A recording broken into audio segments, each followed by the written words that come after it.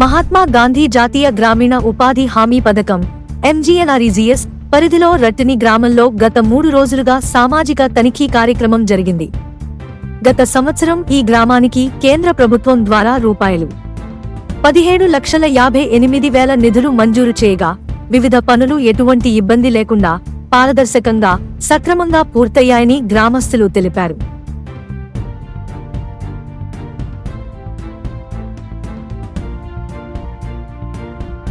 గ్రామ సభలో district audit officer Venkat, SRP Madhav, EC Adinarayana, సచివాలయ సిబ్బంది, సర్పంచ్ ప్రతినిధి హరిచంద్ర సామ్యూల్, AMC డైరెక్టర్ చింతల ప్రశాంత్, కర్రయ్యఫా, అలిజింగి లింగరాజు, గవీరేష్ తదితరులు పాల్గొన్నారు. ఈ సందర్భంగా అధికారులు గ్రామస్తుల అభిప్రాయాలను సేకరించి పనుల అమలు నాణ్యతను పరిశీలించారు.